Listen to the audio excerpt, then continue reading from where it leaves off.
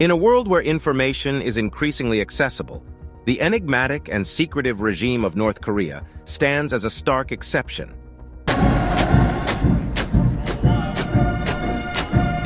Despite efforts by the international community to understand the inner workings of the totalitarian state, much remains shrouded in mystery.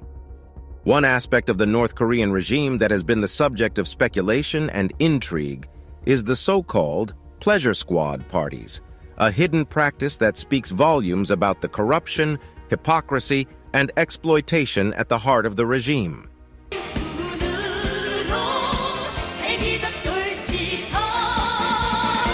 This essay delves into the secretive world of North Korea's pleasure squad parties, drawing on the testimonies of defectors and leaked information to shed light on a practice that illustrates the depths of human rights abuses in the regime. I was 14 years old. I couldn't even cry. I was afraid to be sent back to North Korea. The day I escaped North Korea. Through an examination of the selection process, training, and the parties themselves, this essay aims to unravel the complex web of manipulation and exploitation that exists within North Korea, and to consider the broader implications of these revelations for the country's future. The existence of a pleasure squad, known as the Gipyeomjo in Korean, dates back to the reign of Kim Il-sung, the founder of North Korea. However, it was under his son Kim Jong-il that the pleasure squad gained notoriety.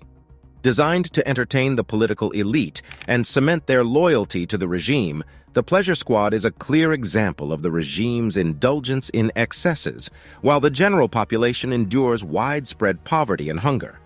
The pleasure squad's purpose was to provide entertainment, companionship, and services to the North Korean elite. Kim Jong-il, known for his hedonistic lifestyle, expanded and refined the role of the pleasure squad during his rule, which began in 1994. It is believed that the pleasure squad was created to distract his father, Kim Il-sung, from politics, allowing Kim Jong-il to consolidate power. The tradition continued under the current leader, Kim Jong-un, despite some initial reports that he disbanded the group. The pleasure squad has also been used as a means to ensure the loyalty of high-ranking officials. By providing access to these exclusive parties, the regime incentivizes officials to remain faithful and avoid dissent. It also serves to entrench the culture of corruption and privilege within the North Korean hierarchy, further distancing the ruling class from the everyday struggles of ordinary citizens. The process of recruiting young women to become part of the pleasure squad is a harrowing tale of coercion, exploitation, and abuse of power. Girls as young as 14 years old are selected from schools, playgrounds, and other public spaces by officials who have their livelihoods at stake if they fail to find suitable candidates. Families of these girls are often pressured or offered incentives to allow their daughters to join the pleasure squad. Once selected, the young women undergo years of rigorous training in various arts, including singing, dancing, and massage.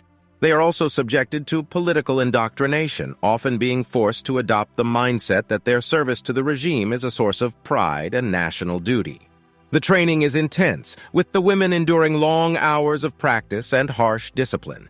The pleasure squad is divided into 3 groups: the satisfactory group, which focuses on providing services; the happiness group, which specializes in massage and physical therapy; and the singing and dancing group, which entertains party guests.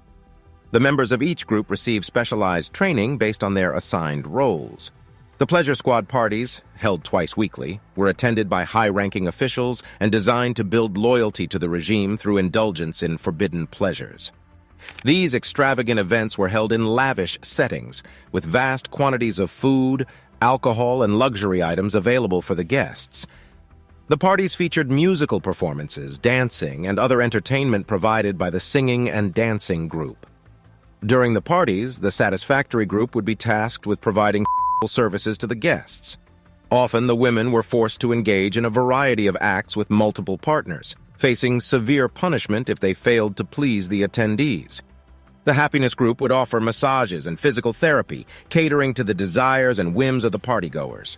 Kim Jong-il was known to use the pleasure squad parties to test the loyalty of his officials, sometimes instructing the women to seduce and report on the activities and conversations of specific guests.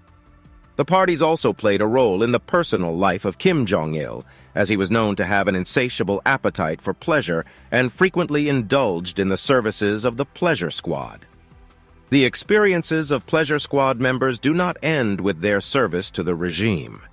Many women struggle with the physical and psychological traumas endured during their time in the pleasure squad, facing stigma and discrimination upon their return to society.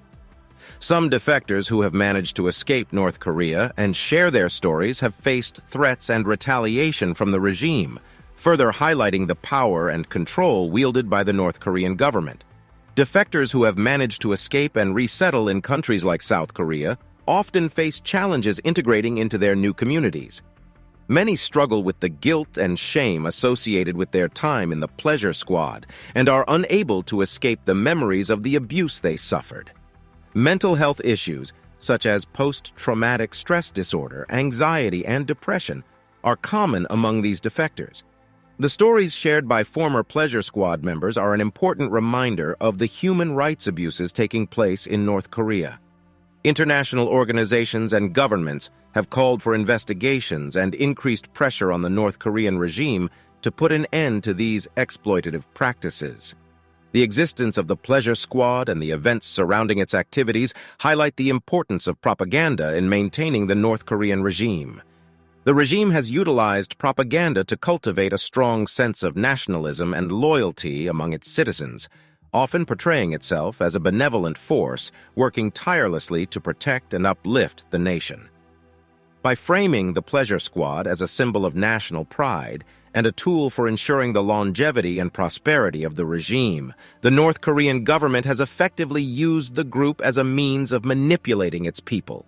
The indoctrination of the pleasure squad members, who are taught to view their service as a noble and selfless act for the benefit of their country, exemplifies the power of propaganda in shaping perceptions and justifying the exploitation and abuse perpetrated by the regime. The regime's reliance on propaganda extends to its treatment of defectors, as it seeks to suppress their stories and maintain the facade of unity and strength. The North Korean government actively pursues those who attempt to expose the truth, using a variety of tactics, including intimidation, cyber attacks, and assassination attempts to silence their voices. The international community has become increasingly aware of the human rights abuses perpetrated by the North Korean regime, including the exploitation of the pleasure squad. Governments, NGOs, and human rights organizations have condemned these practices and have called for increased pressure on North Korea to put an end to such abuses. However, the unique geopolitical position of North Korea presents significant challenges in addressing these issues. The regime has long relied on its nuclear program and isolationist policies to maintain its power, and the international community has struggled to exert meaningful pressure on North Korea without further escalating tensions in the region. Despite these challenges, several steps have been taken by the international community to address the human rights abuses in North Korea. The United Nations has established a commission of inquiry to investigate the human rights situation in the country, and has produced a report detailing the extent of the abuses taking place. Additionally, sanctions have been imposed on North Korea in response to its human rights violations, targeting key individuals and institutions within the regime. International advocacy organizations and defectors have also played a vital role in raising awareness of the atrocities committed by the North Korean regime, using platforms such as social media, public speaking engagements, and publishing books to share their stories and shine a light on the experiences of the pleasure squad. Ultimately, the fate of the pleasure squad and the women who have been exploited by the North Korean regime lies in the hands of both the North Korean government and the international community. As awareness of these human rights abuses continues to grow, it is essential for global leaders to take decisive action and work towards a future in which the women of the pleasure squad are no longer subject to exploitation and abuse. The future of the pleasure squad and its role within the North Korean regime remains uncertain, as the country faces mounting pressure to address its human rights abuses. While the regime has shown little inclination to reform its exploitative practices, the increased scrutiny from the international community coupled with the testimonies of defectors may serve as a catalyst for change. For the women who have served or continue to serve in the pleasure squad, the prospects for change are uncertain. Many will likely continue to face stigma and discrimination upon their return to society, and those who manage to escape North Korea may struggle to rebuild their lives in exile. However, the resilience and courage displayed by these defectors in speaking out against the regime provide a source of hope for the future. It is crucial for the international community to continue to pressure the North Korean regime to reform its practices and respect the human rights of its citizens. This includes supporting the efforts of defectors and advocacy organizations in raising awareness, imposing sanctions targeting those responsible for abuses, and promoting diplomatic efforts aimed at addressing the human rights situation in the country. Ultimately, the fate of the pleasure squad and the women who have been exploited by the North Korean regime lies in the hands of both the North Korean government and the international community. As awareness of these human rights abuses continues to grow, it is essential for global leaders to take decisive action and work towards a future in which the women of the pleasure squad are no longer subject to exploitation and abuse. The story of North Korea's pleasure squad offers several important lessons for the international community. Firstly, it highlights the power of propaganda and indoctrination in shaping the perceptions and beliefs of a nation's citizens. The regime's ability to manipulate its people, even in the face of blatant human rights abuses, demonstrates the danger of unchecked state control over information and the need for the promotion of a free and open exchange of ideas. Secondly, the existence of the pleasure squad underscores the importance of international solidarity and cooperation in addressing human rights abuses. While it is clear that the North Korean regime has been able to maintain its grip on power through isolation and repression, the stories of defectors and the pressure applied by the international community provide hope for the possibility of change. Lastly, the experiences of the women who have served in the pleasure squad serve as a stark reminder of the need to prioritize the protection and empowerment of vulnerable populations. By addressing the systemic issues that allow for the exploitation and abuse of women, the international community can work towards a future where incidents like the pleasure squad are relegated to the past. The international community has a significant role to play in combating human rights abuses, like those perpetuated by North Korea's pleasure squad. Through diplomatic efforts, sanctions, and support for non-governmental organizations and advocacy groups, the global community can work together to pressure the North Korean regime to change its ways and to provide aid and resources to those who have been affected by the abuses.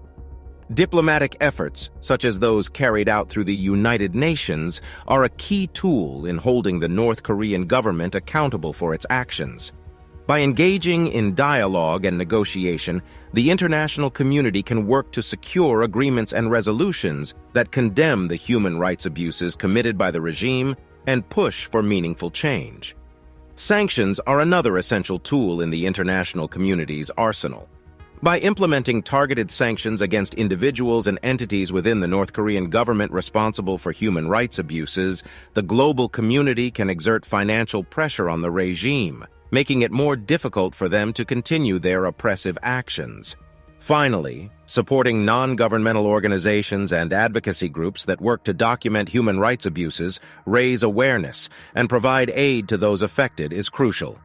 These organizations, often operating in difficult and dangerous conditions, play a vital role in bringing the reality of life under the North Korean regime to light, helping to build international pressure for change. The media, both traditional and social, plays an important role in exposing human rights abuses, like the existence of North Korea's pleasure squad. Through investigative journalism, documentaries, and social media campaigns, the media has the power to bring these issues to light and engage the public in a conversation about the need for change. Investigative journalism is crucial in uncovering the details of hidden abuses and bringing them to the attention of the international community. By conducting interviews, analyzing documents, and collaborating with human rights organizations, journalists can expose the realities of life under the North Korean regime and spark public outrage and political action. Documentaries, such as those focusing on the stories of pleasure squad defectors, can provide an in-depth look at the experiences of those affected by the abuses. By telling their stories, these documentaries humanize the victims and help to build empathy and understanding among viewers. Social media campaigns can be incredibly effective in raising awareness of human rights abuses and mobilizing public support for change. By sharing information, images, and personal stories through platforms like Twitter, Facebook, and Instagram, activists and ordinary citizens can engage with a global audience and amplify calls for action against oppressive regimes like North Korea. Education and cultural exchange are essential tools in promoting change and challenging the oppressive practices of the North Korean regime. By providing accurate information about the realities of life under the regime, fostering understanding and empathy, and supporting defectors in their efforts to build new lives, the international community can help to break down the barriers that have allowed human rights abuses like the Pleasure Squad to persist. Educational initiatives, such as teaching about the human rights abuses committed by the North Korean regime in schools and universities, can help to ensure that future generations are informed and engaged on the issue. By promoting critical thinking and encouraging students to question the narratives presented by the regime, educators can help to foster a sense of global citizenship and responsibility. Cultural exchange programs, such as those that bring North Korean defectors and other citizens into contact with people from different countries and backgrounds, can be a powerful tool in breaking down stereotypes and fostering understanding. By sharing their experiences and perspectives, participants in these programs can help to build connections and promote empathy between individuals from vastly different backgrounds. The psychological impact of the Pleasure Squad on its members cannot be underestimated. The young women who are forced into this system experience significant trauma, including assault, emotional manipulation, and extreme coercion. The effects of these experiences can have long-lasting and far-reaching consequences for their mental health and overall well-being. Survivors of the Pleasure Squad often suffer from post-traumatic stress disorder, PTSD, depression, anxiety, and feelings of shame and guilt. The trauma of being exploited and used as in a political game can be overwhelming, making it difficult for them to form healthy relationships, trust others, and rebuild their lives once they escape or are released from the squad. Additionally, the stigma attached to their involvement in the Pleasure Squad can make reintegration into society incredibly challenging. These women may face discrimination, ostracization, and difficulty finding employment or accessing resources due to their past association with the regime. Support for these women is crucial, including access to mental health services, education, and job training, as well as safe spaces to share their stories and connect with others who have experienced similar traumas. By providing these resources and support, the international community can help Pleasure Squad survivors heal and work towards a better future. Art and literature have long played a role in exposing the truth about atrocities and human rights abuses like the North Korean Pleasure Squad. Through novels, memoirs, poetry, visual art, and more, artists and writers can bring the realities of life under the oppressive regime to a wider audience, encouraging empathy, understanding, and the desire for change. Memoirs and biographies written by Pleasure Squad survivors or their loved ones can provide first-hand accounts of their experiences, shedding light on the horrors they faced and humanizing the victims of this oppressive system. By sharing their stories, these writers can raise awareness of the abuses committed by the North Korean regime and spark outrage and activism among readers. Visual art, such as paintings, sculptures, and installations, can also serve as a powerful medium for exposing the truth about the Pleasure Squad. By using their creative skills to represent the suffering and trauma experienced by these young women, artists can provoke emotional reactions and engage viewers in a conversation about the need for change. Poetry, plays, and fiction can similarly serve as vehicles for addressing the issue, using the power of narrative and storytelling to expose the truth about the Pleasure Squad and other human rights abuses in North Korea. These creative works can inspire readers and audiences to empathize with the victims, question the regime's propaganda, and advocate for change. Grassroots movements and activism play a critical role in challenging the existence of the Pleasure Squad and advocating for the human rights of its members. By organizing protests, raising awareness through social media, and collaborating with other human rights organizations, activists can bring attention to the abuses committed by the North Korean regime and demand change. Protests and demonstrations can be a powerful tool for raising awareness and demanding action against the Pleasure Squad. By taking to the streets and using slogans, signs, and other forms of visual expression, activists can send a clear message to the North Korean regime and the international community that these abuses will not be tolerated. Online activism and social media campaigns can also be instrumental in raising awareness and mobilizing public support for the cause. By sharing information, images, and personal stories through platforms like Twitter, Facebook, and Instagram, activists can engage with a global audience and amplify their calls for action against the oppressive North Korean regime. These campaigns can also serve as a means to connect with like-minded individuals and organizations, fostering collaboration and coordination in the fight against the Pleasure Squad and other human rights abuses in North Korea. Grassroots movements can also engage in lobbying efforts, pushing governments and international organizations to take a more active stance against the North Korean regime and its human rights abuses. By organizing letter-writing campaigns, petitions, and direct appeals to political leaders, activists can apply pressure on policymakers to enact change and hold the North Korean government accountable for its actions. In addition to raising awareness and demanding action, grassroots movements can also play a crucial role in providing support to Pleasure Squad survivors. By organizing fundraisers, creating safe spaces, and offering resources like mental health services and education, these movements can help empower survivors and provide them with the tools they need to rebuild their lives.